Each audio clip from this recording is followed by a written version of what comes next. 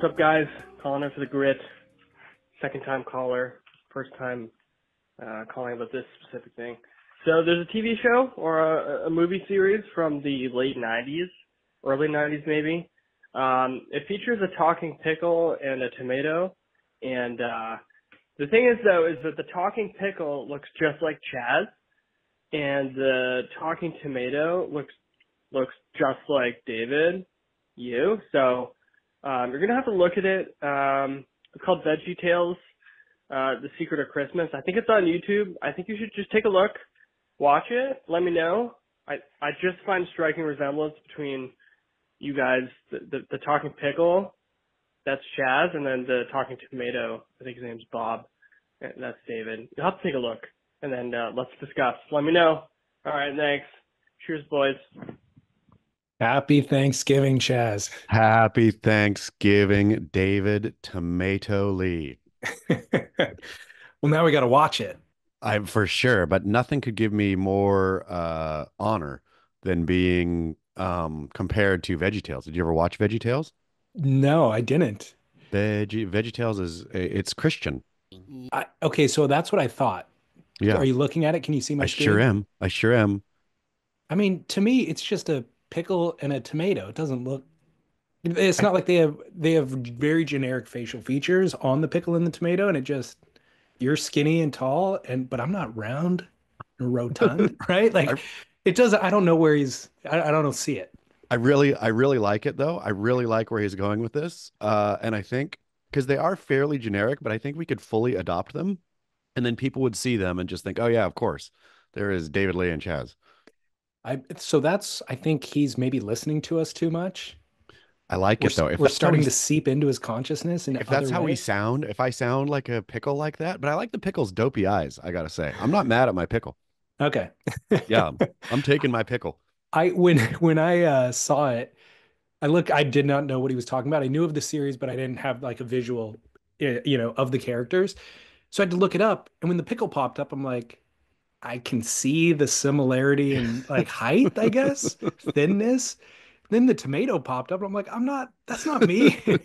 I'm not offended. I just don't necessarily see it. Well, But maybe I do love that we've seeped into the consciousness to where he's now identifying us in his kids' shows. I totally love it, but I also would like maybe it needs to be an Instagram poll. Okay. Yeah. All right. I'm down with that. Yeah. Well, welcome back to the show. It's November 29th, 2024, the day after Thanksgiving. How was your holiday?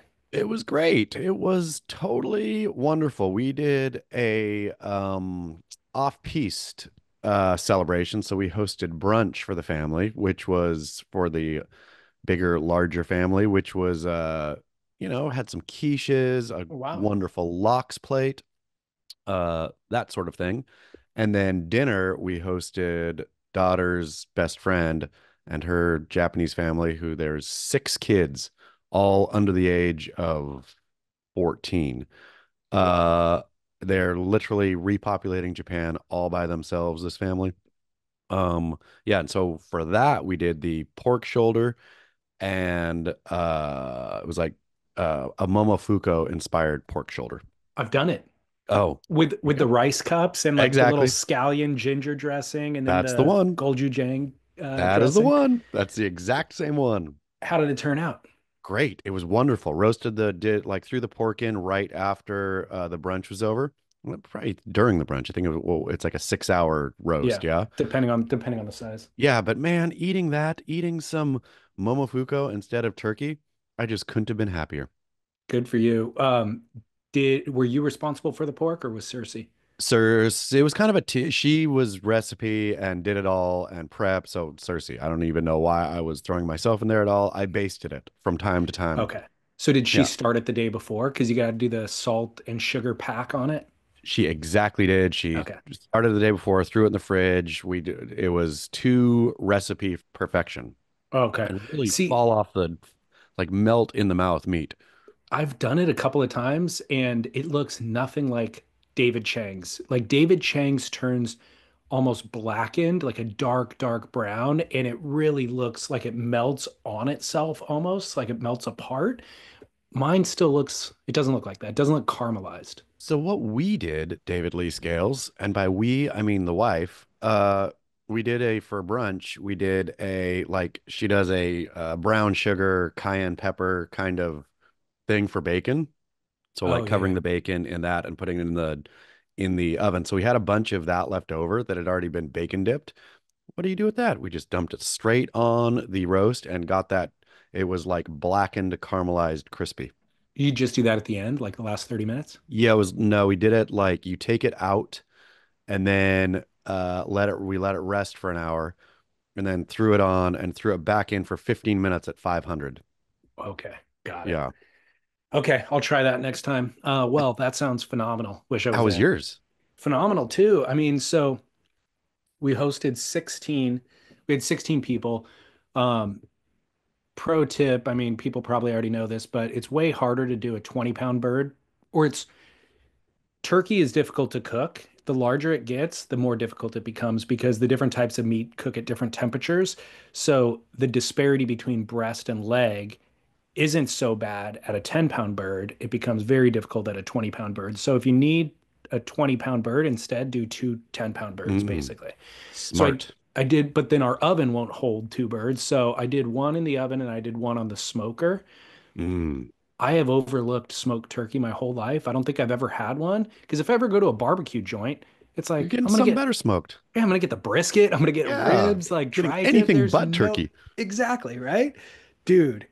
Turkey is, I mean, right there with them, and it is the most elevated way. It's the best way to cook the turkey. I've determined. So next year, are you just starting with the smoker? That's it. You're just gonna have a smoked turkey. It is the future for sure. I Yeah. think I'm gonna get another one this weekend and do it because it was that good. Do you have a green egg or what kind of smoke? Do you have a Traeger? What kind of smoker are you running over there? I got a Traeger. Okay. Traeger Thanks is to our like the gold thank standard, right? No, no, no, no. It's the easiest way to do it. It's like the Okay. foolproof way to do it. Like once you actually get into the smoke community or like the barbecue community, the Traeger's laughed at, Ooh. and you like no real pit master would ever use a Traeger, but it's totally foolproof and you really can't mess it up. What if our paths had diverged at the same time slightly back in our youth and we were both, this was a podcast about barbecue and we were both barbecue experts. We were loved the barbecue life, talked about the sauces, talked about the different preparation methods, and that was all this podcast was. I'm on my way. Welcome to No Barat. That's where I hope to be in 10 years from now. Um, Would you be a pit master if you could? Would you just stand out by the big pit and just smoking meats or like in the shed like you see them sometimes in smoker slash barbecue programs? uh, I dream of a day where I can have that much leisure time. And yes, that's exactly how I would use it. Okay, so question for you now. I have a couple questions here. Are you a partisan of one barbecue over another? For example, like Nashville versus Oh, right. North Carolina. I would like to become knowledgeable enough to have a strong opinion, but I haven't traveled to those locations to actually have like the real deal versions. Man, they're serious about it. I'll tell you this story, was driving the daughter's car out, you may recall, to Nashville Yeah, from yeah. Cardiff by the Sea. Spent the last night before getting in Nashville. I don't know why I just didn't push through to Nashville. I think I was tired, hungry. So stopped in Memphis. I've never been in Memphis before. Checked into the hotel, went downstairs. Dude was like, "Have you eaten dinner yet?" I'm like, "No." He said, "You're going here." And he just wrote like an address on a slip of paper and gave it to me. I was a couple blocks away, walked down there. It was just full hole in the wall. Dude looked at me, said, "You've never eaten before here before. You're having this," and just gave me a giant plate of so much smoked wonder. It's probably still to this day the best meal I've ever had. Amazing. Yep. I love that style of eating. It's Um, so good. and then like a pickle on the side, the Yep. white All of it. bread, All of maybe it. cornbread. Yeah. It was, yeah, it was white bread.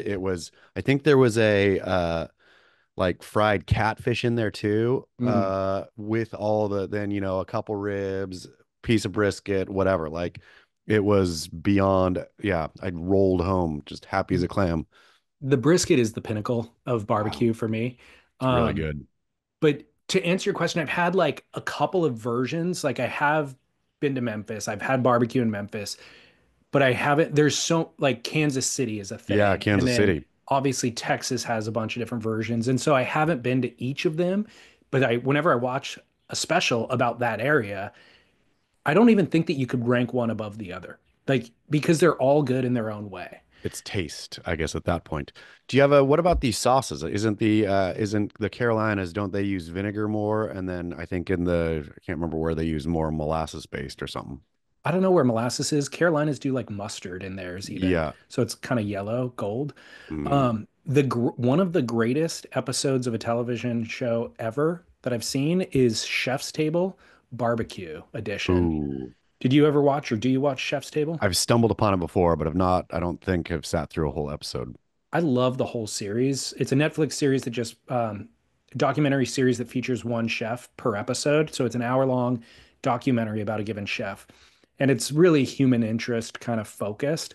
But they did a barbecue spinoff series. And there's this woman in Texas. Her name's Tootsie. And she's, I think, 90 when they filmed this a couple of years ago. And she's a custodian, small town Texas. She's a custodian in a high school and grew up there, lived there her whole life.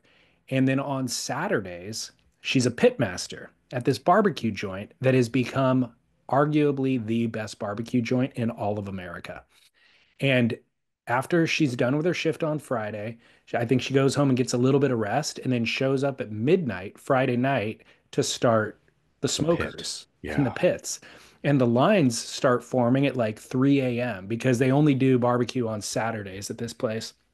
And the lines start forming early in the morning and it's like down the block. And they make a certain amount of food. And at the end of the day, you know, it's gone when it's gone. But watching this lady Tootsie, who just, her visuals are so stunning, a 90-year-old woman standing in front of these roaring fires, shoveling with a full shovel, like coal from this one to that one to keep the temperature precise. It's incredible. I love it. I want to be that. I know. And that's the thing. It's like, well, now we got to plan a trip to the middle of nowhere, Texas, and get up at 3 a.m. just so I can eat brisket at 8 a.m., you know? Worth it. Worth it. I know. So anyways, back to Thanksgiving yesterday, the secret to success for when you're hosting 16 people is lists and organization, which I never would have thought that I'd be good at. I always feel like I'm 10 steps behind of the things I need to do, but started grocery shopping a week ago with lists and then created a timeline of like, these things need to be done 2 nights in advance because they can sit, you know, and so we'll do that at 4 p.m. We'll do that at 5 p.m. And then sure enough, right through yesterday morning, 8 a.m. we're doing this. And it turned out to be a leisurely day for Lauren and I up until the party started, or even when the party started. But because of the list and organization, it wasn't scattered. You know, it was like just kind of follow the timeline and pour yourself a glass of champagne and just cruise through it. That's how you become the bear right there. It is, exactly. Okay, well, following up from previous weeks, we need to tell people to go get Noble Rot on its own podcast feed.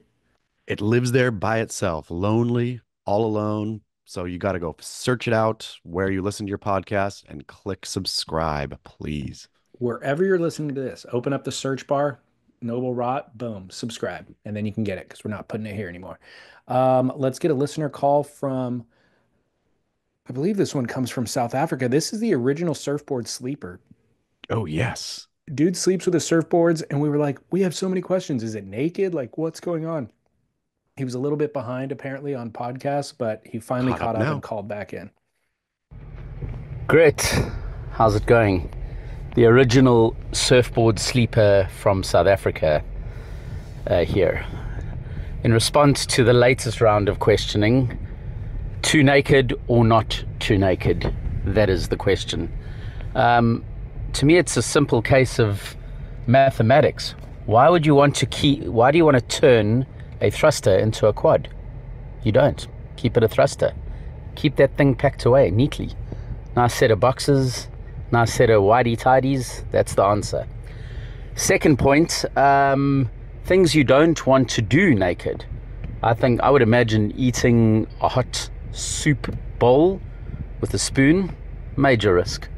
Playing on a kid's playground on the seesaw, very weird for starters, because you risk physical risk and just being a sick perv.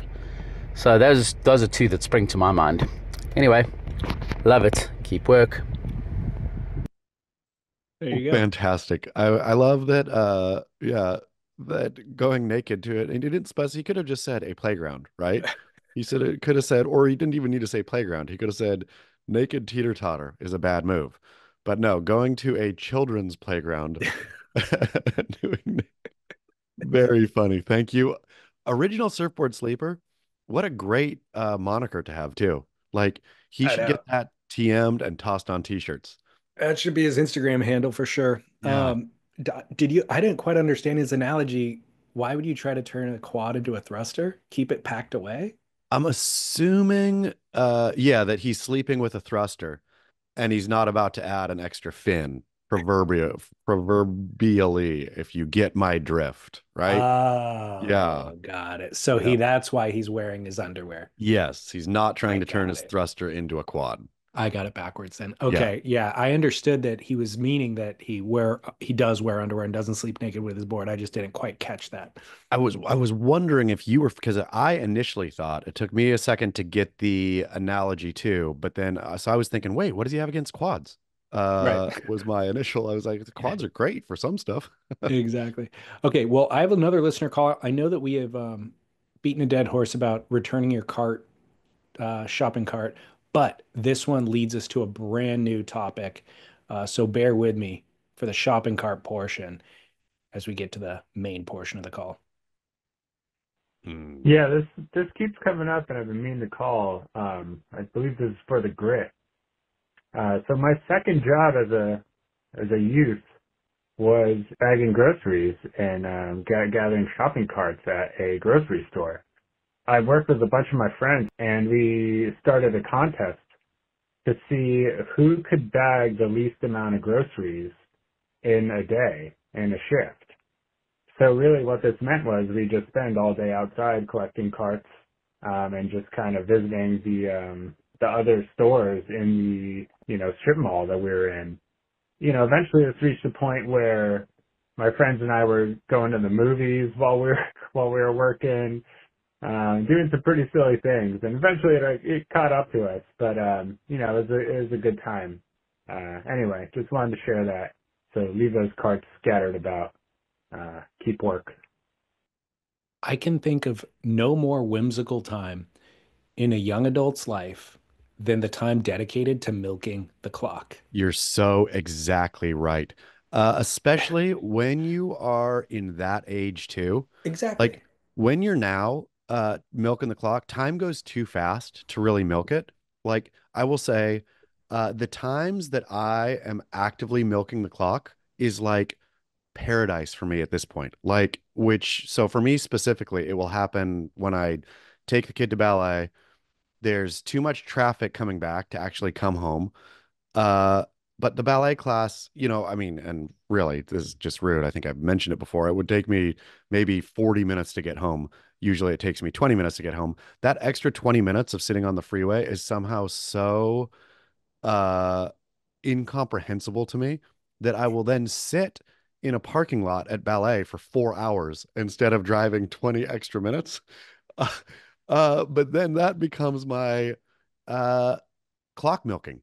Like I will read, I will slowly work, I will like pick on work, I will watch the time go, I'll scroll a little news. Like it is just clock milking, and it is pure pleasure. It's the greatest. And when you're the young adult where you're like, uh, there's no pride in the job. You know No, what I mean? It's like you're no, doing a minimum wage job. There's also your manager doesn't really care. Your no. manager's also milking the clock. They're sitting in Yep. their office watching something on their phone.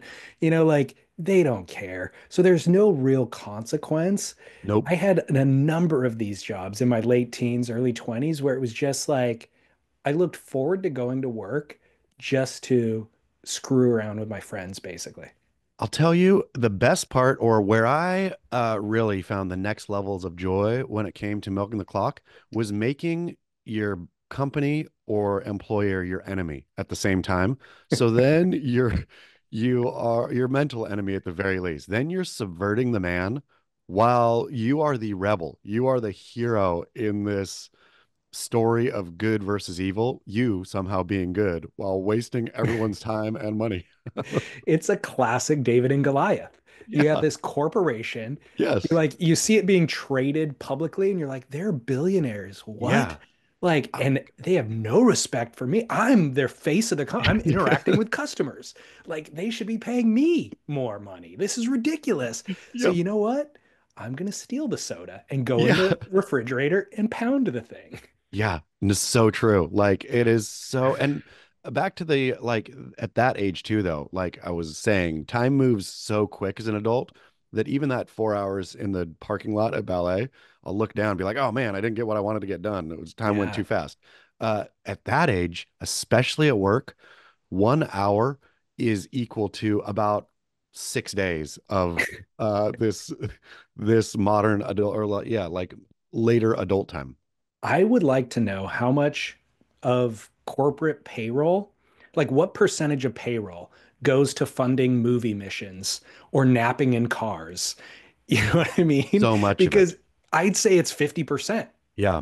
And I mean, the crazy thing is, this whole go back to work movement, I totally appreciate, right? Like everybody go back to work, like the COVID days, go back to your office. But the people who aren't, like, you can do more waste damage in your office than you could do at home. I think at home, you're sitting there and maybe you're not doing your work, but you're doing housework or you're doing other stuff.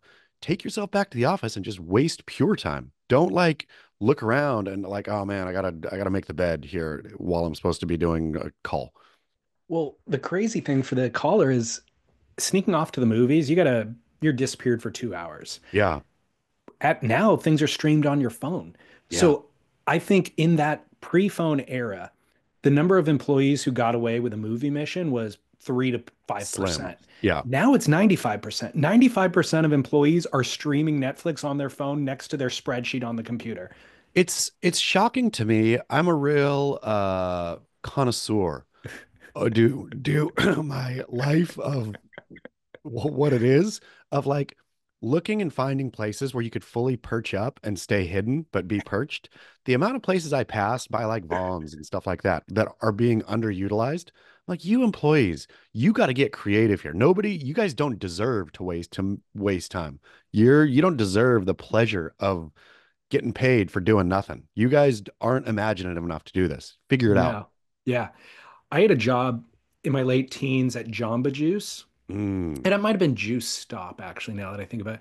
It was a franchised location, and the owner was a total, I mean, loser. She wasn't present. Like our paychecks would bounce. She was Ooh, just, yeah. I think she might have been like going through some personal stuff in her life now that I look back on it. She would come in occasionally and just be like super flustered looking, and we're just like, our paychecks gonna clear like on Tuesday? And then she'd like collect some stuff from the office and like fly out of there. It was a real problematic situation, but because of that, we felt empowered to just like drink all the smoothies we wanted and Yeah. like have our friends come in and whatever. I mean, it is crazy. It was the loony, the crazy people running the asylum, basically. We were 17 years old, and Is like the had full free reign. is the stop still there? A and B, would you ever consider buying a Juice Stop franchise? Hell no. And it is still there. It's changed owners and I think names too. Okay. But no, I don't think I'm surprised those places are still around, to be honest. Oh man, it's just pure sugar. Like I know. for a minute, the Jamba Juices and Juice Stops and all that totally fronted like they were health. Like, hey, Oh yeah. this is your healthy option, right? This is a healthy snack. It's good for you. It's vitamin C. We put vitamin boosters in there. We have Right. this whole powder that's a vitamin. Don't you want that? Come to find out, oh, it's like basically eating four king size Snicker bars and then maybe dumping some vitamin C down your throat after that. Dude, the base was like sherbet ice cream for some of them. So you're getting first the fruit has packed with sugar, even if it's fruit and it has fiber in it, it still has sugar. And then you're doing sherbet ice cream on top of it. It was a disaster. But you're right, that was a healthier option than fast food at the time, you know? But I don't think I think they sold it that way, but I don't even think it was. I think it had That's a way good more point. sugar and stuff than I mean, it'd be arguable probably which is worse for you, a Big Mac or a Jamba Juice smoothie. Yeah, that's a good point. Well, it's funny that you mentioned making the corporation or the employer your enemy, because that dovetails beautifully with our next listener call, which I will just say this is the reason the listener line was invented. Because this guy identifies something that I've experienced in almost every single surf session of my life, and I'd never thought about it until he said this. Hey there, Mr. Scale. I used to have this buddy of mine I used to go to the flea market with all the time. And he had this one guy that, like, every time he would see this guy, that guy got the thing that he wanted. He'd be walking away from the flea market with the exact same thing that my friend wanted to get. He would have already got it. He would have got cheaper. He was there first. And, you know, my buddy used to call this guy his nemesis. Like, that guy's my nemesis. He'd see him coming, and he'd be like, oh, man, this is my nemesis.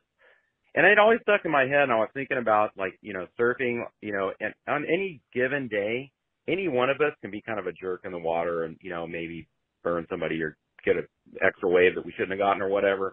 But having a nemesis is this whole other thing. It's like that guy, that one guy, he's always, like, right there. He got that was the one I wanted. He's on the wave that I sat there and waited for. And it's sometimes seems like it's kind of like spot specific, like there's, you know, this one person that's sort of always at that one spot. And it gets to the point where, like, even just seeing the person out, your session's kind of ruined. Like, I see that guy and I'm like, oh man, that's my nemesis. And it kind of just casts a pall on the whole surf session. And I'm wondering, is it a barrel or not? I mean, you know, you might argue that, hey, life's too short. You got to be more positive. Don't be so upset. Just let things go. You know, there's going to be more waves that are going to come. It's going to be fine. So again, that's kind of like that conundrum. Like, is this good or is this bad? Thank you, and keep work. I think I know where you're going to land on this one.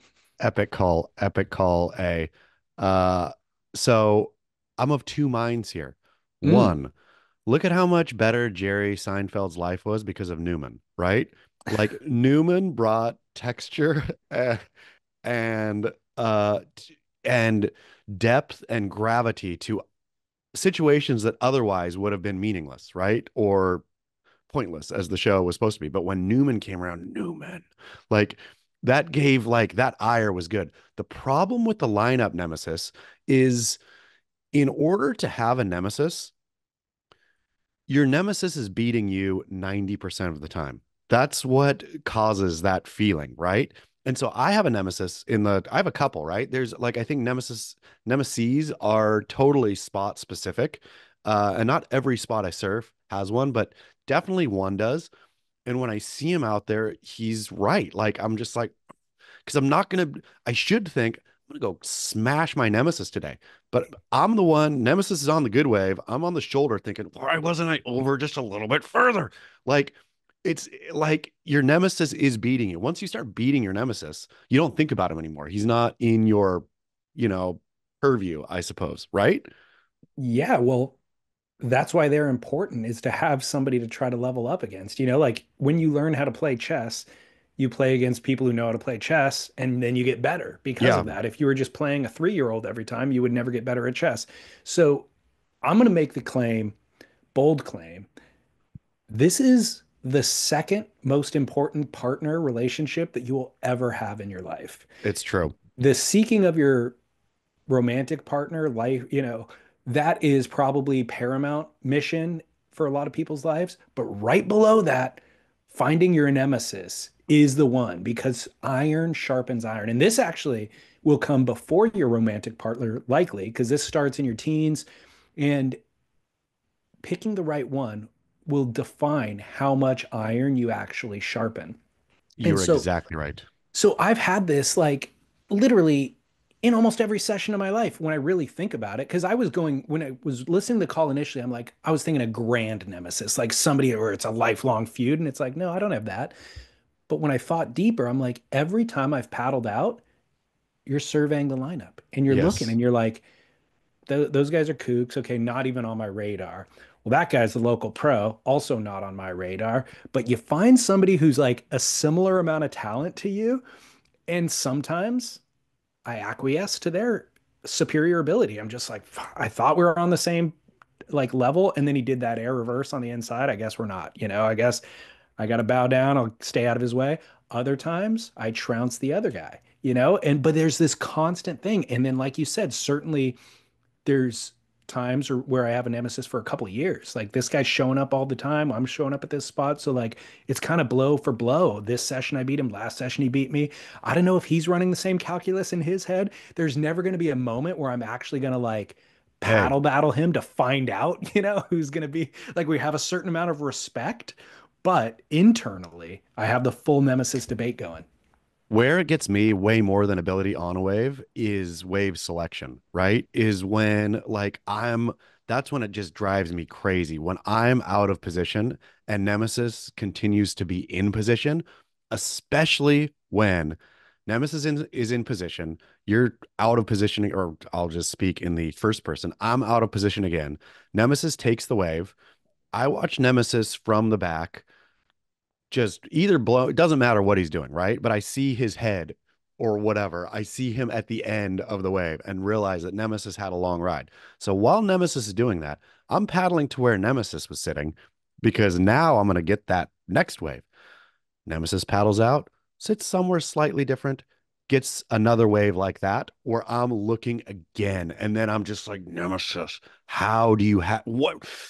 Like, I'm in the wrong mindset already, just trying to copy what now, playing catch up, not thinking for myself. Like, that's where it gets to me the worst. And it'll happen a lot where people will just start lapping me on waves. Yeah. Where, yeah, I was out. It was finally, we had a little pulse of swell here, and there was this was this wasn't really Nemesis. This was like it was a sponsored kid, like really good, like whack whack whack whack, kind of that. But he kept, and of course that kid always gets there's a bunch of mid lengths and longboarders sitting around, and he was like just picking every wave he wanted off. And I was sitting there, finally got one, was paddling for it. He did the fade paddle behind me and try to get in. I'm like, F no.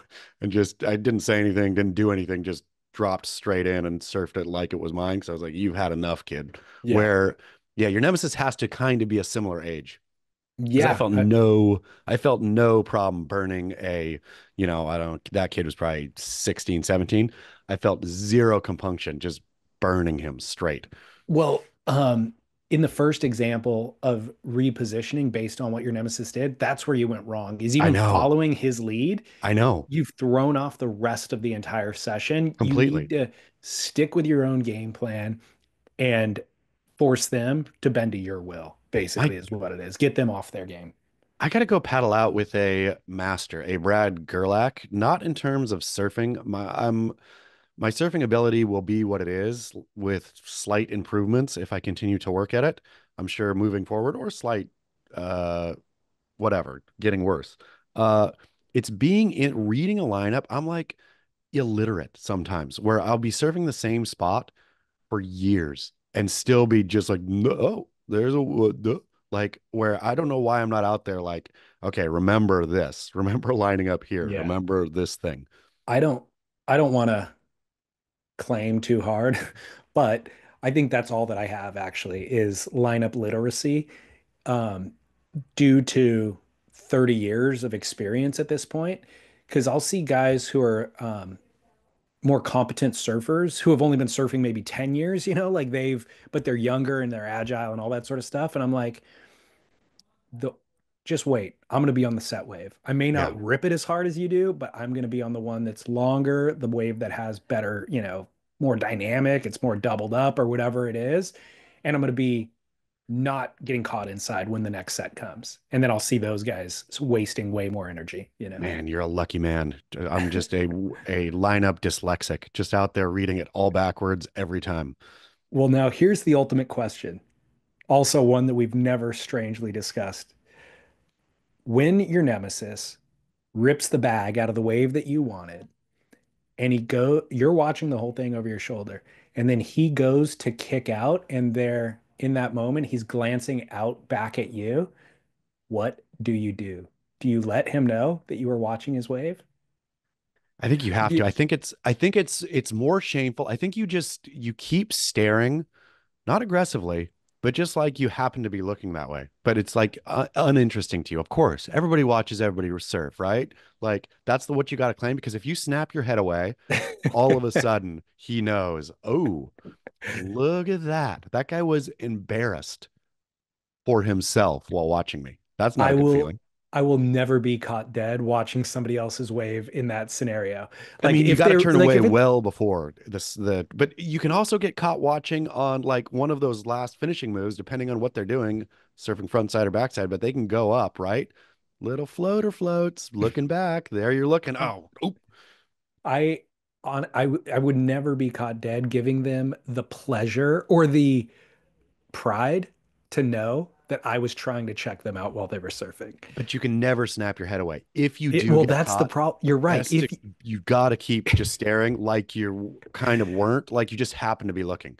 If they kick out unexpectedly and see you looking the other way real quickly to try to not get caught, then that's the ultimate embarrassing thing. That's twice caught because at That least if you're is. caught looking, you can even, I mean, I'm thinking clearly you're all neck is tweaked as you're clearly staring at him. There's no getting out of it at that point. You might as well just think, oh, I was looking at my friend on the beach too. Like, Well, the funny thing is in that scenario, if it was a beginner learning how to surf, I'd have no shame in watching their wave. If it was a yeah, pro, the local pro ripping a wave, I'd have no shame watching their wave. It's only the nemesis who's slightly as good or, in that same ballpark of your ability. I don't want them to know that I'm watching. that's the absolute truth. And I'm gonna say it's the surfer who's within, let's say, 15% of your ability either Hmm. way. That's the Yeah. one. Either 15% worse, because then especially if you know that they're 50, that you are a better surfer, why are you giving them any satisfaction for watching them? You're only pumping them up. That's uncool. 15% better. Dang it, they are 15% better than you. You know it. Don't give them the satisfaction for knowing it too. This makes me realize, again, I hadn't thought about this until the nemesis call, but every surf session is like a heat in my Yeah, mind. it I is. hate I hate to admit it, but no matter what, no matter how actualized I think I am or how much I think I don't care, as soon as you paddle out, something gets triggered that it just becomes a heat in some way with some person out there. I feel there's no way to surf, especially in this Val apocalyptic era where there's so many people in the water. If you have a mindset of going out, no, I'm just gonna have fun.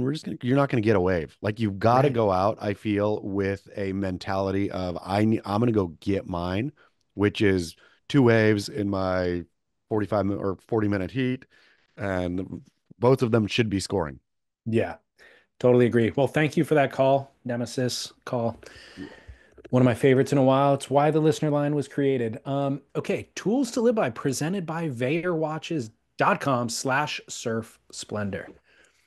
Get Yep. yourself a Veyer watch. It's they probably have a Black Friday sale or something going I'm on. I'm going right now to check. So with our promo code, you get 15% off, but right now Black Friday is 20% off for the next 3 days. So you can save an extra 5%.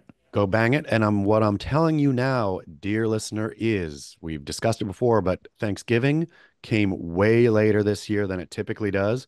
Christmas is going to be on top of us before you literally know it. I mean, it's Yeah. going to be, if I'm not mistaken, is Monday, December 1st, Sunday?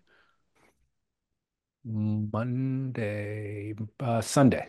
Yeah, exactly. Sunday is December 1st. That means it's Christmas morning. So don't sleep. Get your Veyer watch. It's a guaranteed great gift. Nobody's ever been upset opening a watch. Totally agree. Well, this one came in from a listener. Tool to live by, question from a listener in Portugal. And again, timely for Thanksgiving, I think. Miguel, congrats.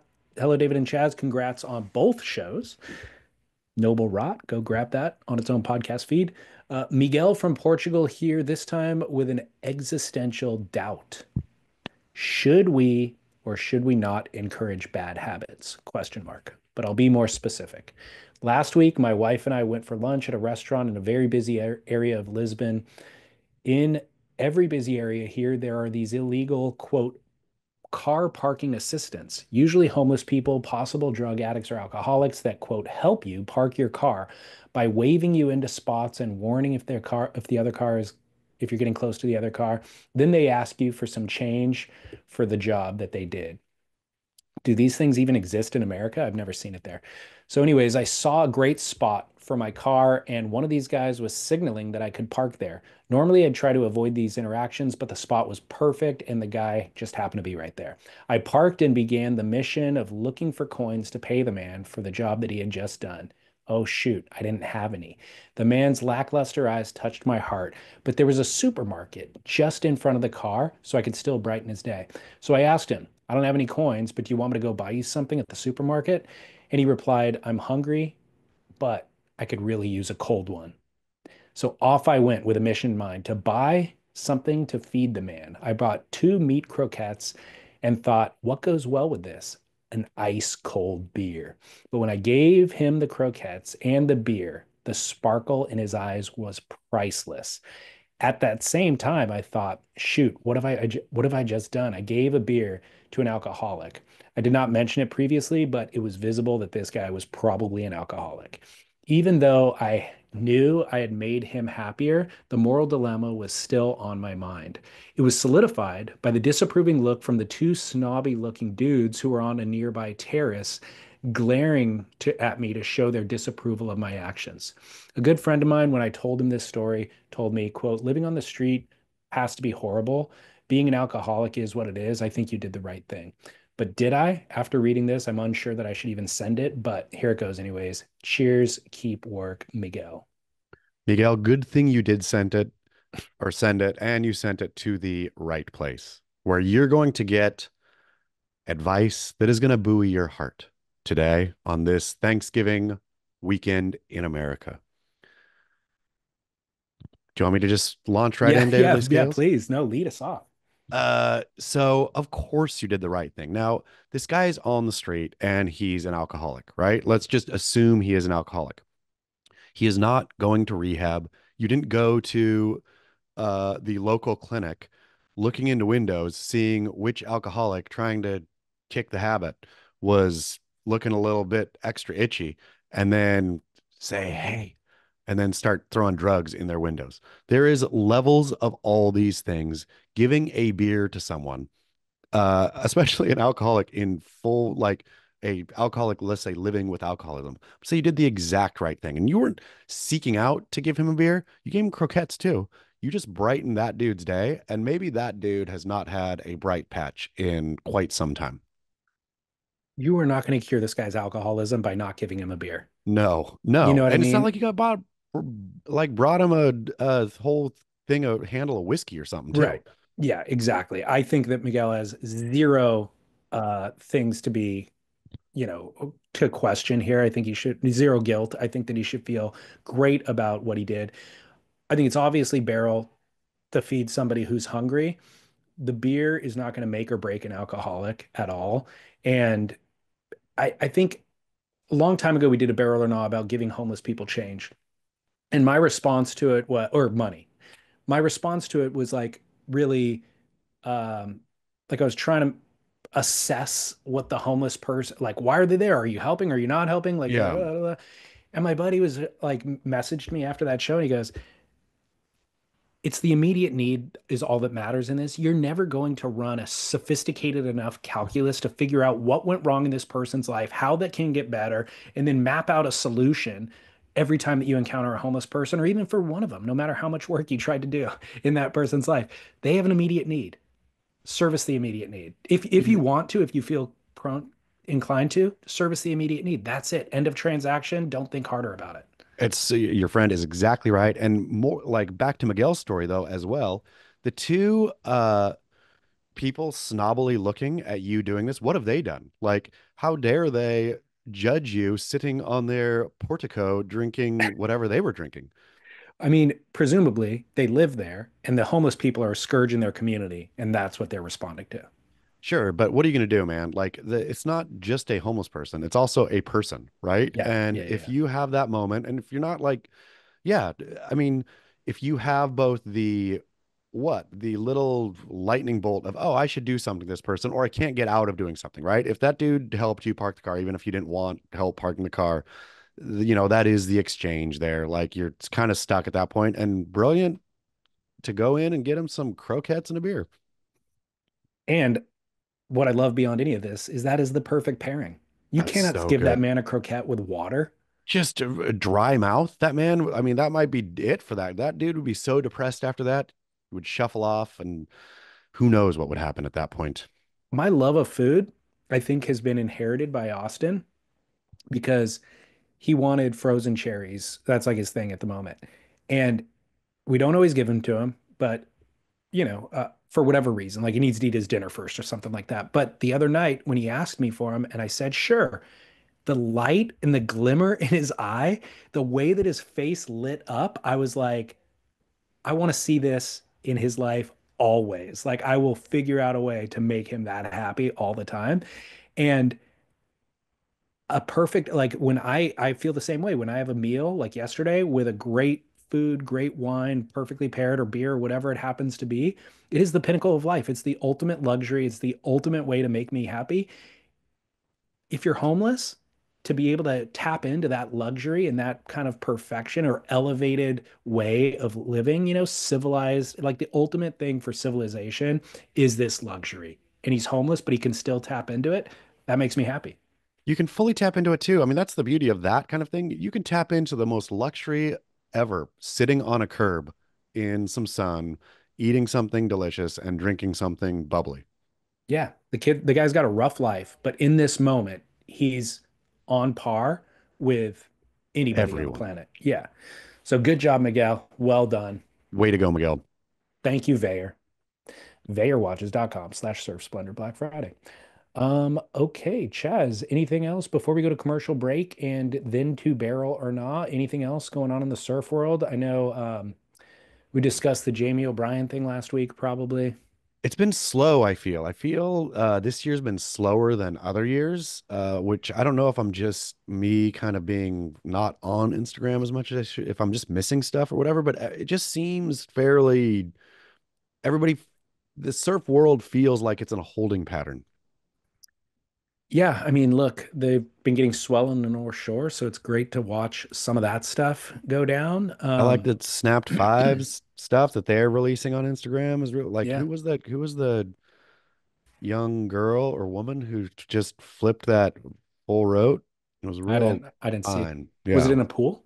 I don't think so. I think it was out in the ocean. Oh, okay. I But yeah, saw I'll see stuff like that. But it seems like we're just in a holding period right now.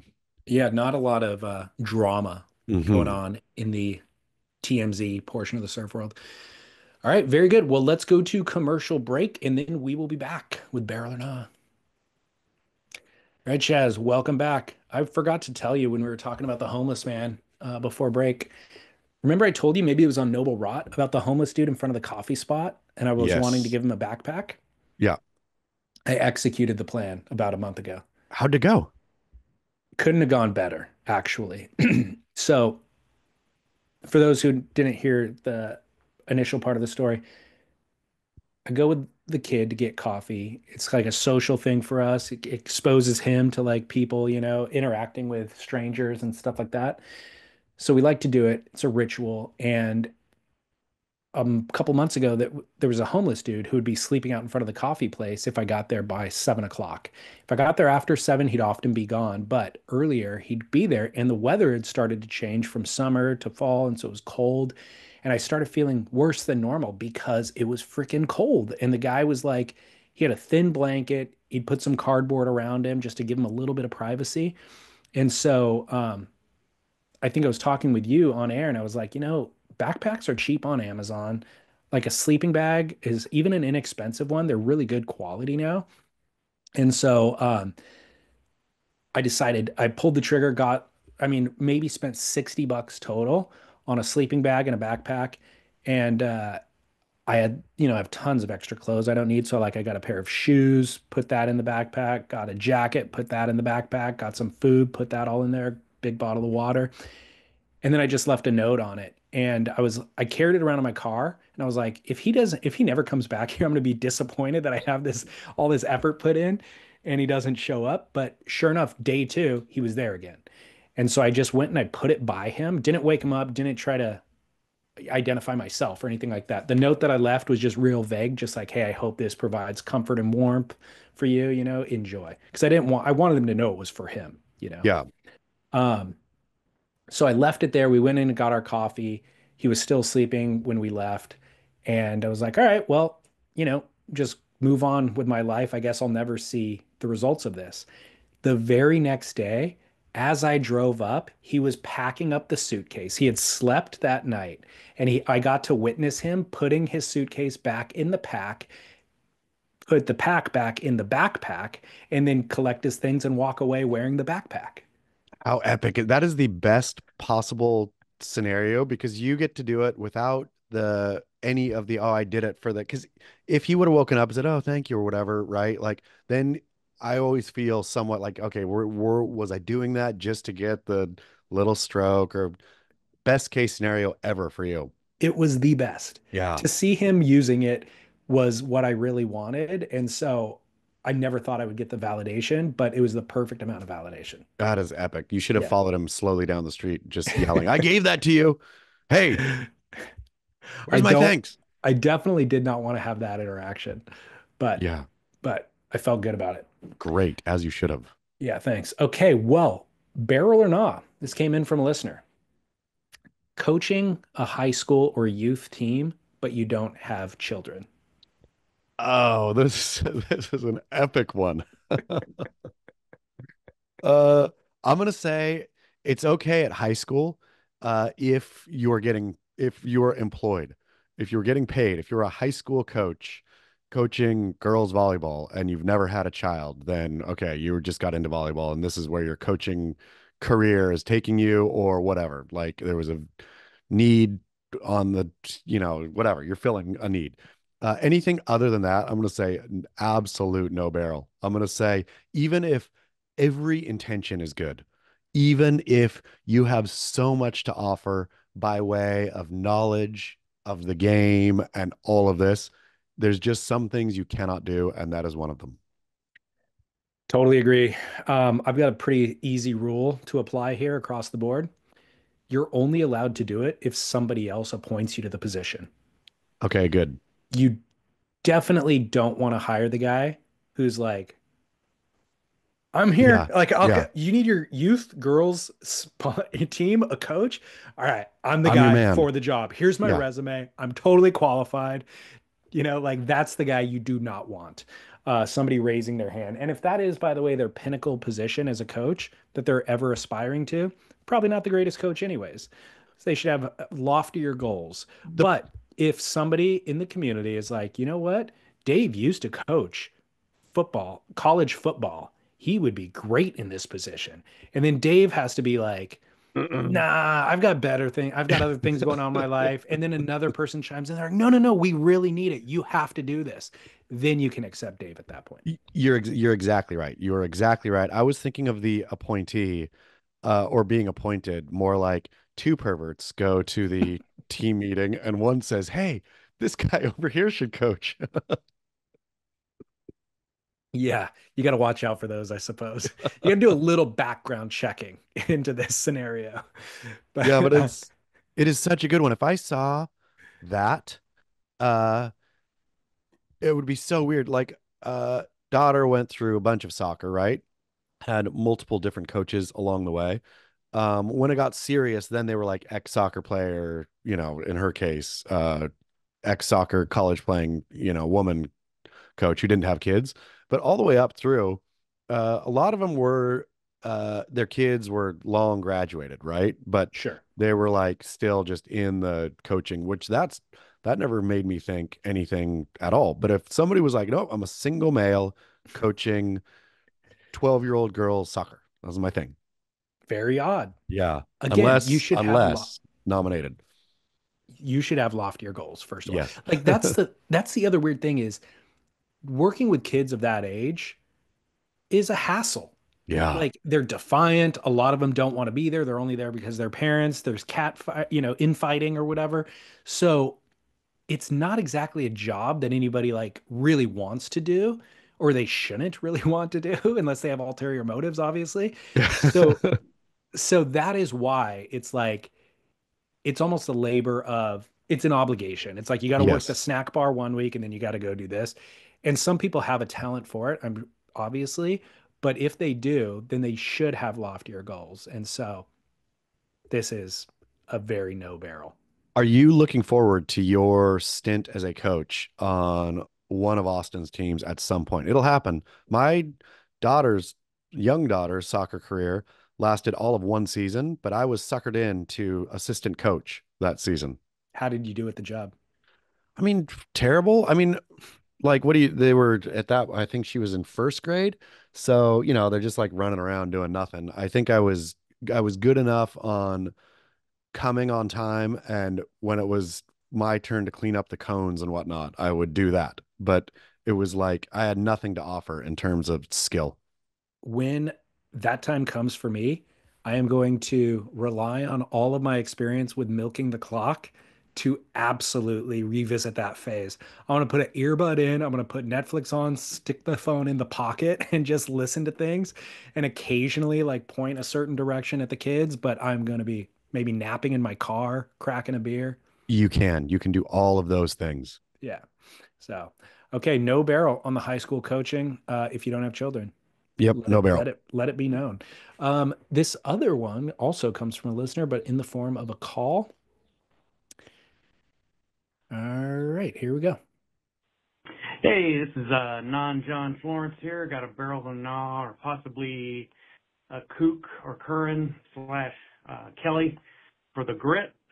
First off, I'd like to thank you guys for helping me pass the days away under the sun as I work. And my quandary concerns the belly drop. I feel it's more dignified to take the drop in the prone position versus pulling back and getting sucked over the falls or yard selling on the drop. I live on the Gulf Coast near where Mr. Scales is visiting family recently. We go from weeks of flatness to chumpy dumpy wind swell overnight. So the lack of decent waves coupled with becoming older and clumsier makes surfing here a challenge. However, Gulf Coast surfers still remain stoked somehow. So barrel or nah on the belly drop. And as far as the kook or curran, I saw a clip of Kelly at 𝐒𝐬𝐬𝐬 deciding against the drop and riding to the flats on his belly, then hopping up. At first, this helped me to justify my actions, but the more I thought about it, the dirtier I felt. So I need some help unraveling this one. Keep. I've never heard of it referred to as the belly drop before.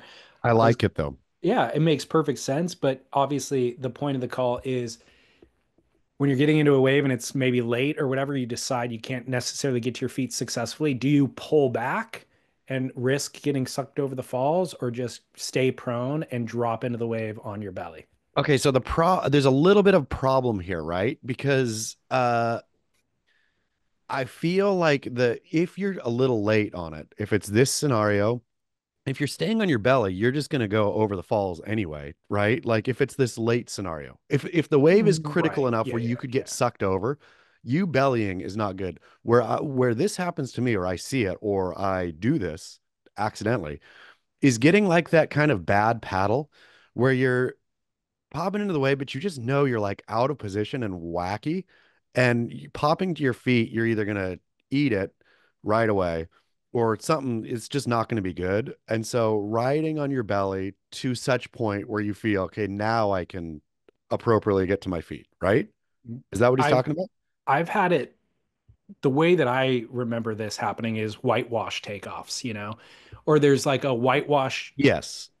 yeah. A So it's a roll-in. whitewash takeoff and it's like it hits you in a way that Yes. fumbles you or something. And you're like, oh, this is embarrassing, but I guess I got to stay on my stomach for a little bit longer. That's it. I mean, or you have the choice there to get to your feet, but you're exactly right. You That's what might it eat is. it. If you try to get to your It's feet a ge- immediately, it's a you might go down. 90% eating. You know it. You know in your Yeah. body you're going down. I mean, there might be some crazy Hail Mary luck that you know, Yeah.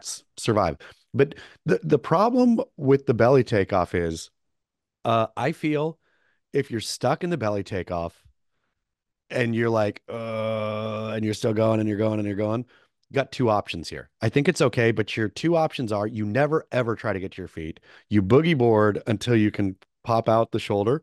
And there was you just like, as far as everyone was concerned, you didn't want to get your feet on that wave. You're just having some fun. Or you belly that thing to the sand. And that is the end of your session. I the belly takeoff that he explained Kelly Slater doing, first of all, at giant Haleiwa is almost Yes. impossible, but it's very difficult to do successfully no matter where you're at. Like It's way harder than just the pop up. It's way harder because of the momentum. It's difficult to time the pop up with the momentum correctly. Yep. Because you get pushed in like one big powerful push, which is kind of when you want to get to your feet to maintain the direction of But like too what late would be at a that bottom point turn. It's for you or always too I. late. Yeah. You inevitably, or I still wait too long to where I lose the momentum of the takeoff, and then I get to my feet and I don't have any momentum, and it's like I'm just way out of sync. I can't connect the bottom turn into a turn, so it's just like a disaster at that point.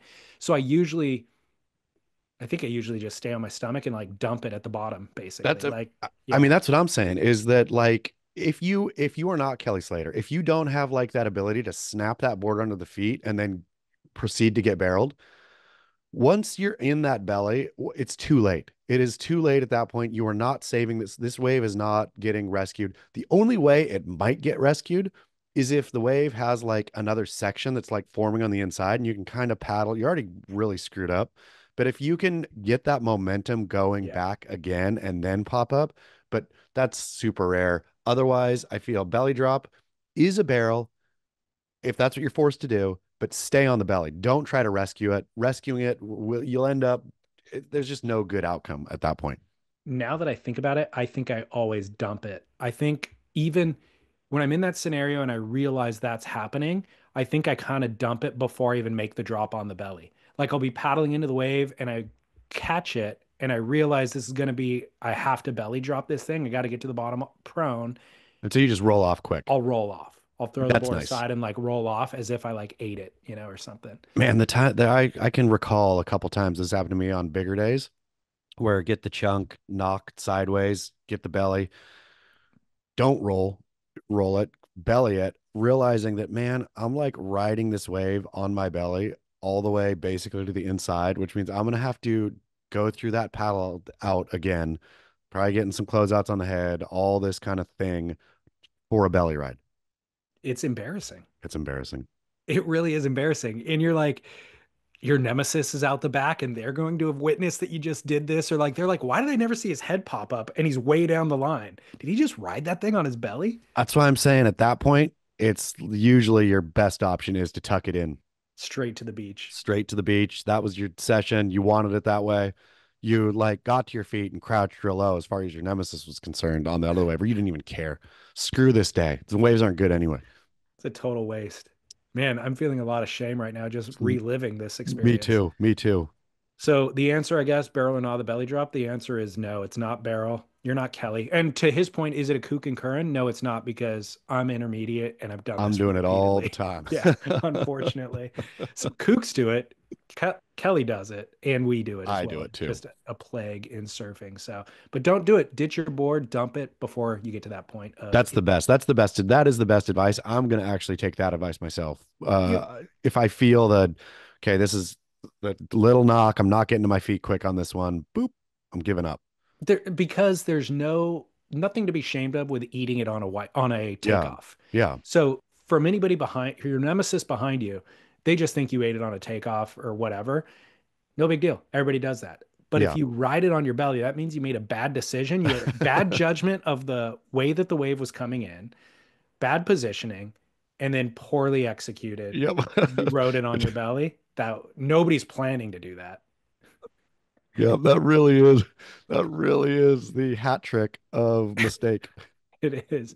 And the nemesis just one up, like them witnessing that, all of a sudden he's in a higher level than you are. Nemesis had the best session already, and that just makes it a lot better. He's gonna go home laughing actually Yep. at you. So don't do it. No belly drop. Okay, final barrel or not. Gifting toys with obnoxious music.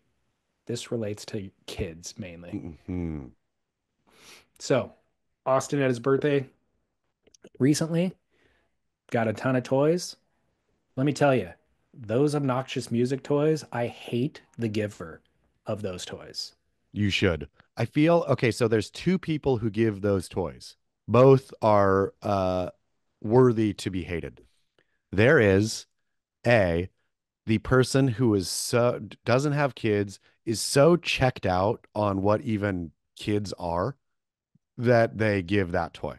That person, clue in here, man. Like, look around you, observe the world just a little bit. You don't have to be a parent in the making or anything. Just be observational.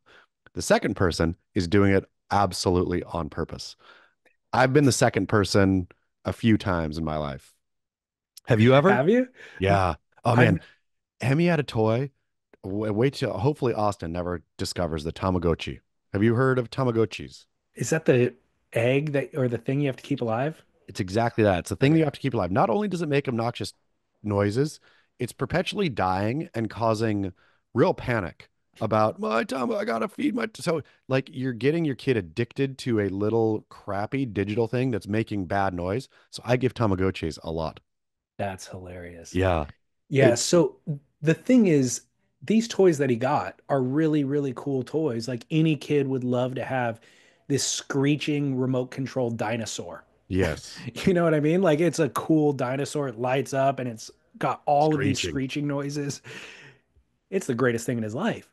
But to us, the parents, we're like, how do we silence that thing? And there's no way I make it disappear and tomorrow morning he doesn't ever remember it existed. It's No. the first thing he thinks about when he wakes up.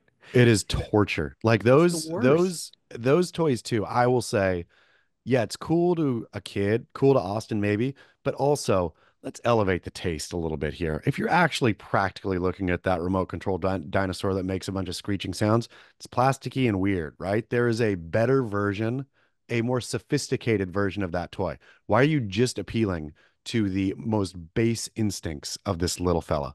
Why not Exactly. elevate his taste as well? Give him a chess set. Yeah. Give him a puzzle. Oh man, I remembered hating getting like that kind of toy when I was a kid, of like the educational slash healthy slash environmental version of the plastic garbage that I wanted. Yeah. Well, he'll have three of them going at the same, like he'll turn on the Yeah. train set, then get the dinosaur out, and then go get the other thing. And I'm up here, maybe trying to record a podcast at times, and it's this cacophony of dissonant sounds going on downstairs. I'm like, I go down there and I turn it off. I'm like, hey, buddy, if you want to play with it, turn it on. When you Yeah. don't want to play with it, please. Like, I'm going nuts, literally For- going crazy. Yes, so it is clearly a no barrel unless you are going to your nemesis's house and you can bring a piece of torture, because those are, and there's some worse than the other. It's a fun game to play if you're looking at it maliciously, because some are a lot worse than others. And you Totally. can go find the worst one and gift that to little baby nemesis. That's a great idea. Yeah. Speaking of the friends that don't have kids and don't even understand anything about kids, Lauren has this friend who's doesn't have kids and also like lives a very, she's like a hippie kind of, like Yeah. lives this kind of carefree lifestyle. It's comical how bad she is with kids. Like it's not like I think she is trying, but her understanding is so Just nothing. fundamentally wrong that she just gets it as wrong as you could possibly get it. So on his birthday, he got a cash register. So he takes it outside into his little kitchen setup, and he brought candy from the party and a cash register. And there was a friend over, so the two of them wanted everybody to be customers. Yeah. We're Making business. inside, yeah, we're inside hanging out, and they're like, "Come on, we need customers." So we'd each take our turn to go out there and like pretend to buy some candy from them, and they open the register, give us change, whatever. Well, this friend goes out there and stole their candy and then ran back in the house and said, "Ha ha, you need to be more vigilant." She didn't say vigilant, but similar kind of word. Like, you need to be better at like keeping track of your inventory. Ha ha, I got away with it. That'll teach you a lesson. Like, she was trying to teach them how to be more vigilant shopkeepers. He's Yes. 3 years old. How to have baseball bats underneath their plastic little table so they can whack intruders. Exactly. And I'm like, he was confused. Like, he wasn't even upset about it. He was Yeah. just like, why did she not give us what? And then Yeah. he goes about doing something else. And she walked in. She's like, no, it's a good lesson for kids to learn, And I'm like, he's 3. He didn't learn any lesson at all. You just look like this psycho. I've had a couple of these ones, but it's the one where they defend it afterwards, where there's no learning ever happening, right? Is like, what? No, that was a good lesson. If Yeah. that kid didn't want that lesson, then tough beans on that kid, right? Yeah. I was right in that scenario. Is those are the ones who never, ever, ever learn. Well, we did not try to like tell her you did it No. wrong or you did it. It's just when she leaves, everybody goes, "Oh my God, she's like lost a screw," Yeah. I mean, having zero, I get like not having kids and not understanding how it quite works, but it's not that hard observationally to look and see, okay, what are other people doing, right? And then and then I'm just gonna do a version of that. If people are going out and pretending to buy candy, well, guess what? I'm gonna do that too. Nobody needs my little, piece of theater as part of this, as part of the kids having fun by themselves.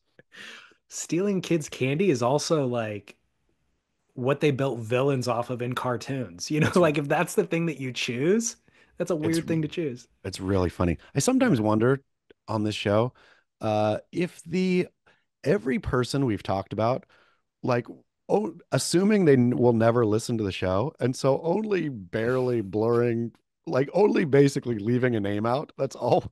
That's all we do. We just don't say the person's name, but we say everything else about them, including probably physical description and things like that, just knowing they're not going to listen. If all these people got together and listened someday, it'd be really funny. I'd be like, uh-oh. I mean, I didn't mean it that way. I'd be ousted from the family, from friend groups. I'd be totally isolated and like abandoned. They'd be like, "Oh, you need internet content from us? Well, now we're not hanging with you anymore. Let's see how your little internet show does." I mean, really, that's what it comes down to. Totally. Whatever. I'll find new friends. Yeah. People want to hang out with me sometimes. I'll get more content for this little internet show. Exactly. All right. Well, hey, great show. Everybody go to beachgrit.com. Go check out Trash Pros is where you can find Chaz on Instagram if you want to DM him something. DM Anything me. else? That's what I have it for. Good. Well, enjoy the holiday weekend, man. It's kind of nice, right? Man, I forget every time. It catches me off guard that on Thursday, Thanksgiving's winding down. It's work, da da da da, like fun, entertaining, but it's, you're tired on Thanksgiving. And then I think, well, tomorrow's Sunday. Wait a second. Tomorrow's not even Saturday. Tomorrow's Friday. What are we talking about here? It's a real luxury, man. So good. Christmas lands on a Wednesday this year. Perfect. That means it's shot for like 2 weeks. It's the ultimate, dude. It's like the Yes. ultimate day. That is perfect. Nobody's going to expect you to work on Monday. Nope. Definitely not on that Thursday or Friday. So People you aren't- got that full week and then the following week because of New Year's. People aren't even going to be expecting you to do work like leading into that weekend, leading into Christmas. This is like going to be the longest Christmas ever. The economy is going to collapse probably. It won't even matter though. People will just be at home. No need to milk any clocks, actually. Nope. By the way, this afternoon I've got Matt Warshaw coming over. Oh, sweet. Enjoy. Are you cooking him a meal? We're going to have our Manhattans. So he comes, I do a Surf Splendor podcast with him every year, and it's because he comes into town at some point for the holiday, whether it's Christmas or Thanksgiving, and then allocates a couple hours to come hang with me, drink Manhattans, and push record and talk about surfing. So we'll give Matt Warshaw a huge hello. We should get Matt Warshaw on the Noble Rot. Just thinking I should perfect. revive the guest game there again. That's a great Well, idea. Ask him what he's doing on Monday. Okay, will do. Sweet. All right. See you next week. Until then. Keep working. Thank you very much.